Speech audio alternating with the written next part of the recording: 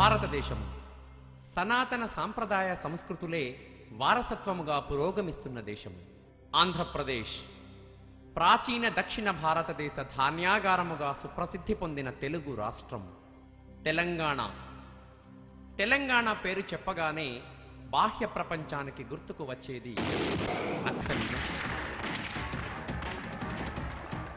చేనేత కార్మికుల ఆత్మహత్యలు, పేదరికం వంటి సమస్యలే.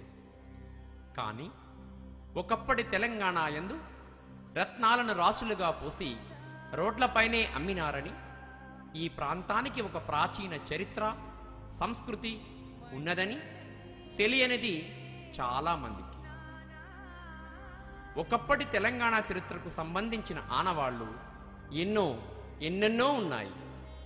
అటువంటి పూర్వ చరిత్ర వైభవానికి సాక్ష్యముగా మిగిలిన ప్రాంతాలే నగునూరు మరియు కొత్తపల్లి. నగునూరు తెలంగాణలోని కరీంనగర్ జిల్లా కేంద్రం నుండి ఉత్తరాన 8 కిలోమీటర్ల దూరంలో, కరీంనగర్ నుండి మంచిర్యాల వెళ్లే మార్గంలో ఉన్న ఒక గ్రామం. నేడు అది అందరికీ సుపరిచితమైన ప్రతిమా హాస్పిటల్ కేంద్రముగా మాత్రమే తెలుసు. కానీ ఇది ఒకప్పటి ప్రాచీన చరిత్రకు ఆనవాలు.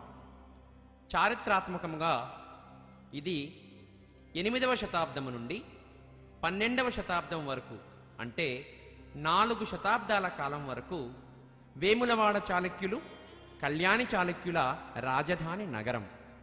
ఇక్కడ ఒకప్పటి దేవాలయాలకు సంబంధించిన శిథిలాలు, అవశేషాలు గ్రామం అంతటా మనం చూడవచ్చు. ఊరి మధ్య భాగంలో అద్భుతమైన శిల్పకళారీతిని ప్రతిబింబించే పరమశివుని త్రికూటాలయాన్ని చూడవచ్చు. ఈ ఆలయం ముందు భాగాన 4 వైపుల ముఖం కలిగిన శిలాశాసనం ఉన్నది.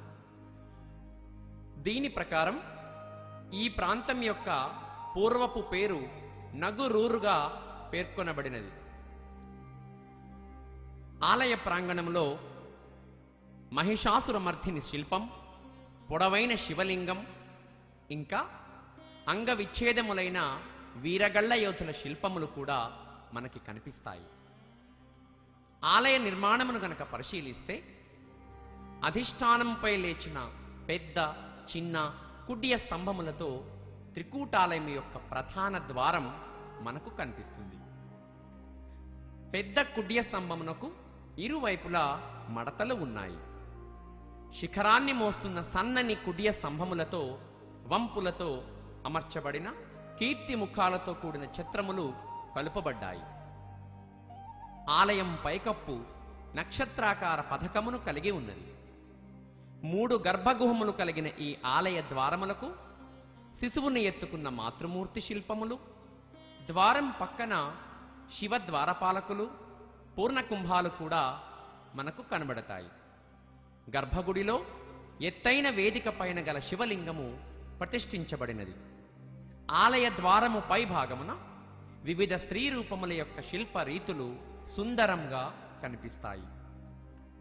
పైకప్పు ఆధార స్తంభములకు నాట్యకత్తెలు, మృదంగం, బాకాలు ఊదేవారు, ఇట్టి వాయిద్యకారులతో కూడిన చెక్కడాలు కనిపిస్తాయి.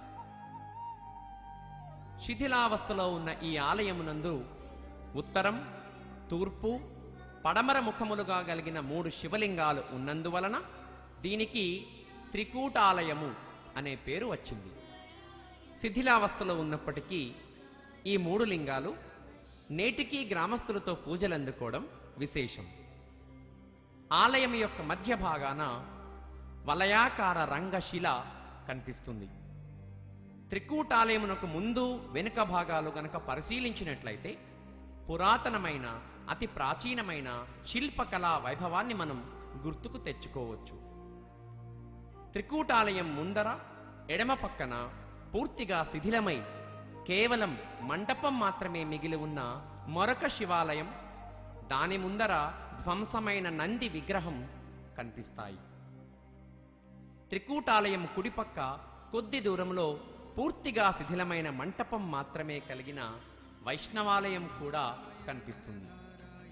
ఈ ఆలయం ఎదురు భాగాన 40 అడుగుల పొడవైన ఏకరాతి స్తంభముపై 2 వైపులా ముఖాలు కలిగిన గరుడ విగ్రహం కనిపిస్తుంది.